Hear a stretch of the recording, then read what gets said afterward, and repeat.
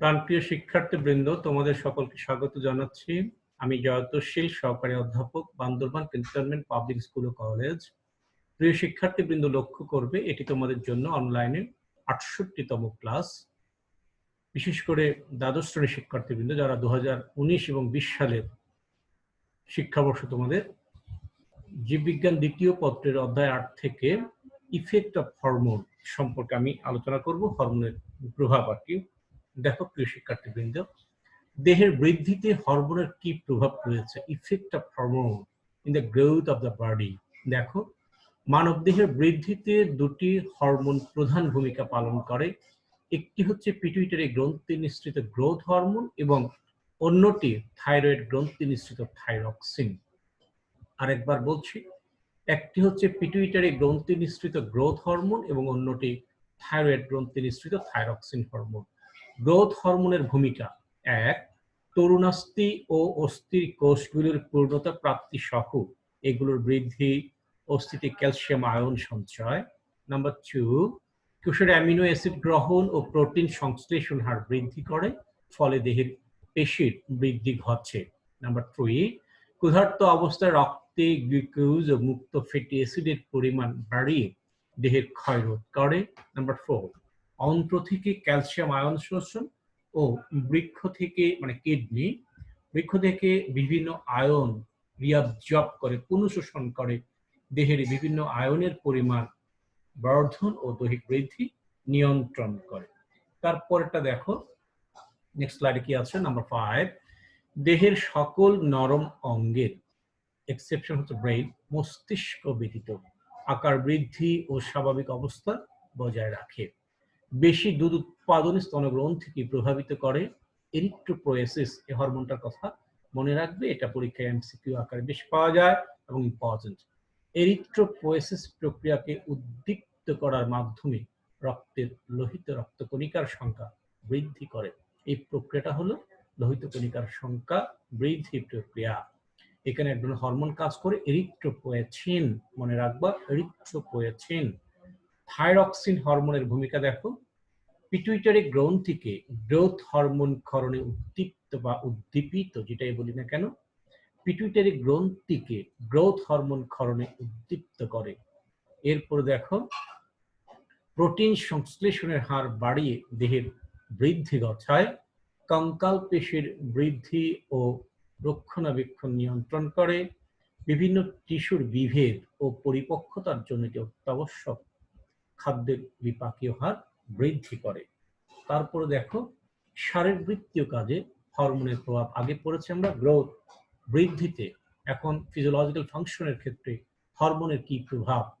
পৌষ্টিক নালীর অন্তঃক্ষরা কোষ থেকে নিঃসৃত গ্যাস্ট্রিন, সেক্রেটিন ও কোলেসিস্টোকাইনিন হরমোন পরিপাক ক্রিয়ার সাথে সংশ্লিষ্ট এনজাইমগুলোর ক্ষরণ নিয়ন্ত্রণ করে। Thyroxine, insulin, glucagon, glucocorticoid hormone শর্করা বিপাক করে। থাইরক্সিন হরমোন প্রোটিন, স্নেহদ্রব্য ও খনিজ আয়ন বিপাক এবং টেস্টোস্টেরন ও ইস্ট্রোজেন হরমোন প্রোটিন বিপাক নিয়ন্ত্রণ করে। এর নাম্বার 4 দেখো, এপিনেফ্রিন ও নর এপিনেফ্রিন হরমোন হৃদক্রিয়া ও রক্তচাপ বৃদ্ধি করে। এড্রেনাল কর্টেক্স থেকে ক্ষরিত অ্যালডোস্টেরন সোডিয়াম এবং পটাশিয়াম আয়নের সমতা রক্ষা করে। স্টেরয়েড ধর্মী, মূলত লিপিড ধর্মী আর কি, স্টেরয়েড ধর্মী হরমোনগুলো প্রোটিন সংশ্লেষণ, গ্রোথ হরমোন, ফ্যাটকে ভেঙে শক্তি উৎপাদন প্রভাবিত করে। তারপরে দেখো, অ্যান্টিডাইউরেটিক হরমোন এডিএইচ, এই হরমোন কি করে, পানি শোষণ ও পানি সাম্য বজায় রাখে।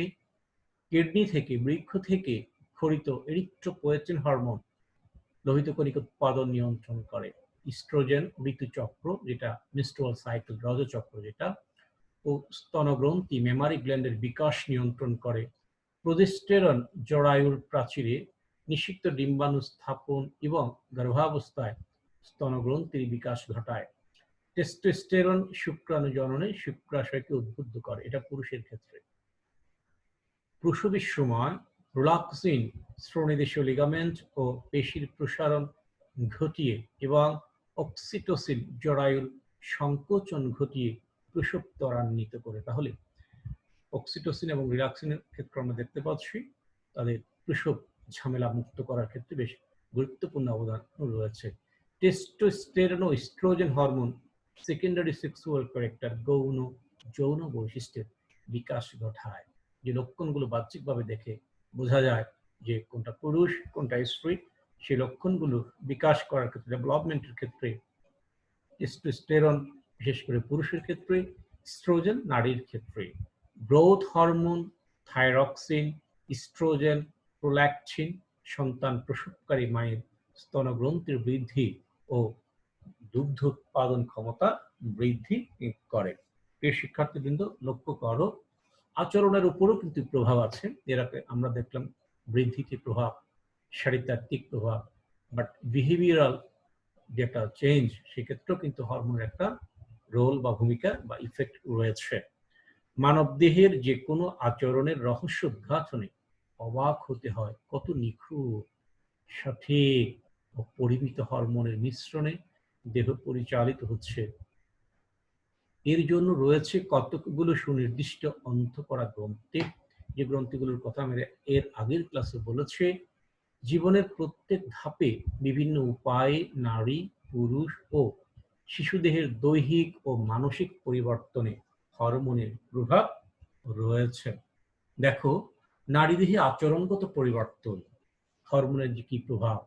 রজচক্র, যেটা menstrual cycle or gonadal cycle হিসেবে আমরা বলি, পিরিয়ড বা মেন্স, রজচক্র চলাকালীন নারীর দেহে কিছু হরমোন ক্ষরণে তারতম্যের সৃষ্টি হয়। এর ফলে নারীদের মধ্যে পুরুষের সামনে নিজেকে আকর্ষণীয় করে তুলে ধরার প্রবণতা বেড়ে যায় কিংবা তৈরি হয় এবং খাদ্য গ্রহণ কমে যায় ইত্যাদি। সাধারণত নারীর দেহে ডিম্বপাতের সময় এগিয়ে আসলে এ ধরনের আচরণ করে থাকে। রজচক্র বন্ধের সময় এগিয়ে আসলে ডিম্বাশয়ে প্রোজেস্টেরন, ইস্ট্রোজেন ও অ্যান্ড্রোজেন হরমোন কম মাত্রায় ক্ষরিত হয়। এই পরিবর্তনের ফলে নারীরা অল্প কিছুতে রেগে যায়, ঘুম ঠিক মতো হয় না, অনেকে আবার বিষণ্ণতায় ভুগে থাকে। দেখো, গর্ভকালীন বিভিন্ন ধরনের হরমোন যেমন HCG, human chorionic gonadotropin, progesterone, relaxin ইত্যাদি হরমোন ক্ষরণে তারতম্যের সৃষ্টি হয়। এর ফলে দেখা যায় অনেক অল্পতে রেগে ওঠে, হঠাৎ কেঁদে ফেলে ইত্যাদি নানান পরিবর্তন দেখা যায়। অনেক সময় দেখা যায় সন্তান প্রসবের পর হরমোন ক্ষরণের তারতম্যের জন্য নারীরা নানান মানসিক রোগে ভোগেন। একে প্রসবোত্তর সাইকোসিস বলে। এটা একটু মনে রাখিও, প্রসবোত্তর সাইকোসিস। সন্তান প্রসবের পর হরমোন ক্ষরণের তারতম্যের জন্য নারীরা নানান মানসিক রোগে ভুগে থাকে, এটাকে বলা হয় প্রসবোত্তর সাইকোসিস। পুরুষ দেহ তেমনি কিছু আচরণগত পরিবর্তন লক্ষ্য করা যায়, যেমন টেস্টোস্টেরনের পরিমাণ বেড়ে গেলে যৌন আকাঙ্ক্ষা বেড়ে যায়। অতিরিক্ত টেস্টোস্টেরন হরমোন ক্ষরণে স্বভাবে হিংস্রতা সৃষ্টি হয় এবং শক্তি সামর্থ্য বৃদ্ধি পায়, বেড়ে যায়। টেস্টোস্টেরনের পরিমাণ কমে গেলে বিষণ্ণতায় ডুবে যায়।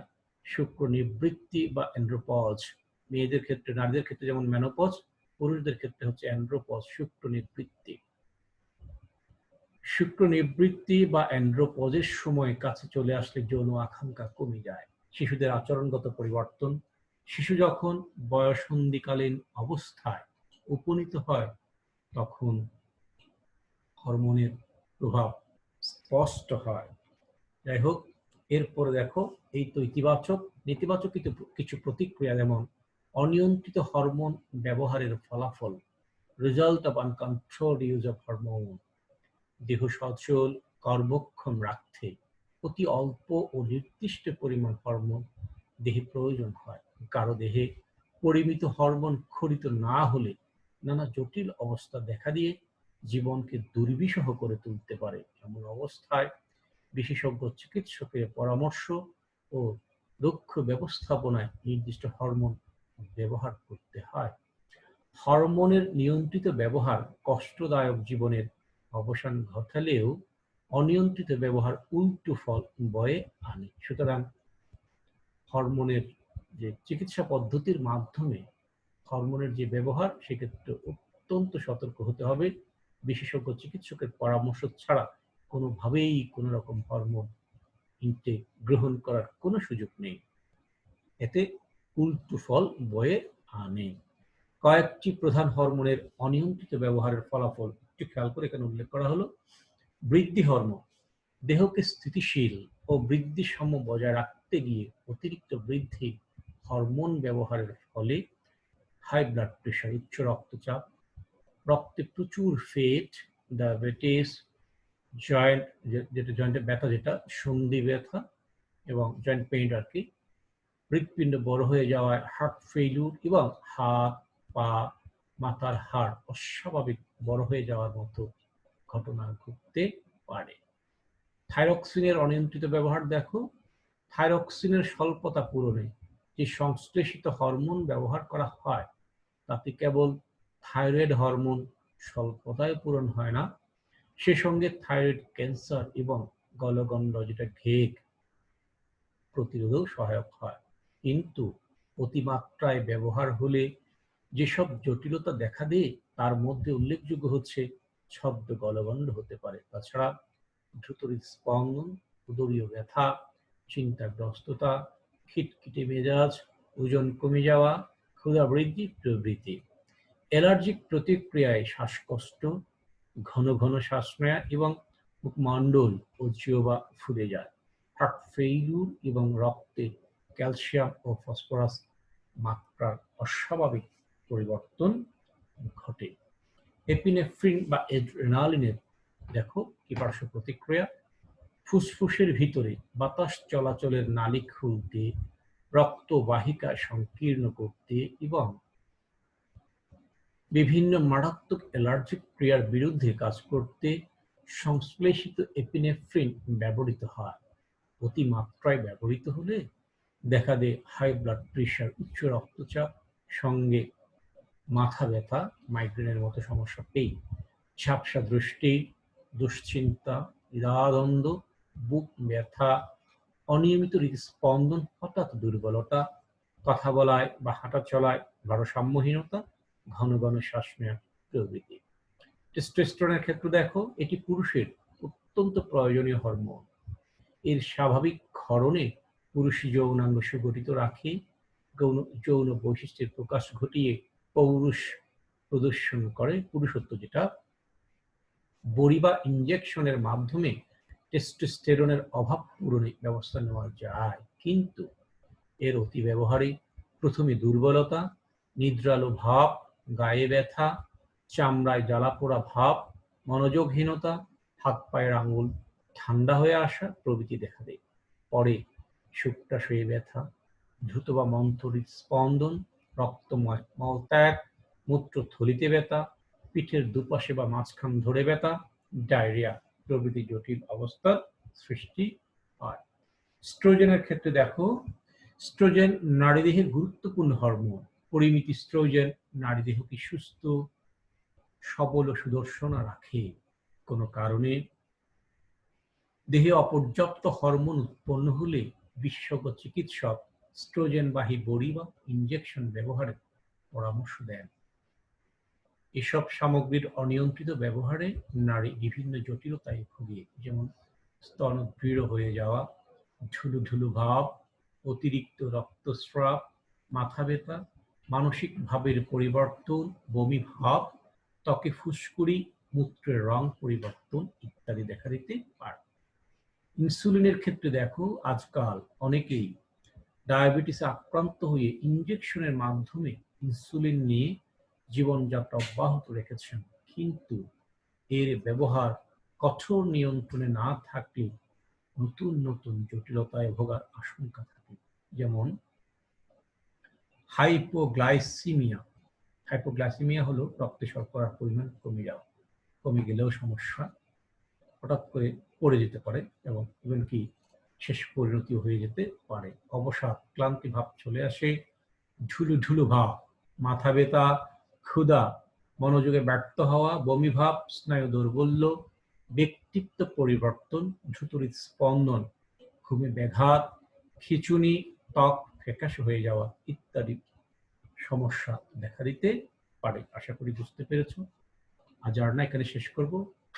হোমওয়ার্ক হিসেবে দিচ্ছি, হরমোনের অনিয়ন্ত্রিত ব্যবহারের ফলাফল লিখো। প্রিয় শিক্ষার্থীবৃন্দ, তোমাদেরকে ধন্যবাদ জানাতে চাই। তার আগে বলতে চাই, আমার লেকচার যদি ভালো লাগে তাহলে সাবস্ক্রাইব করো এবং বেল আইকনে ক্লিক করো। No more today. Best of luck. Thank you very much. Bye bye.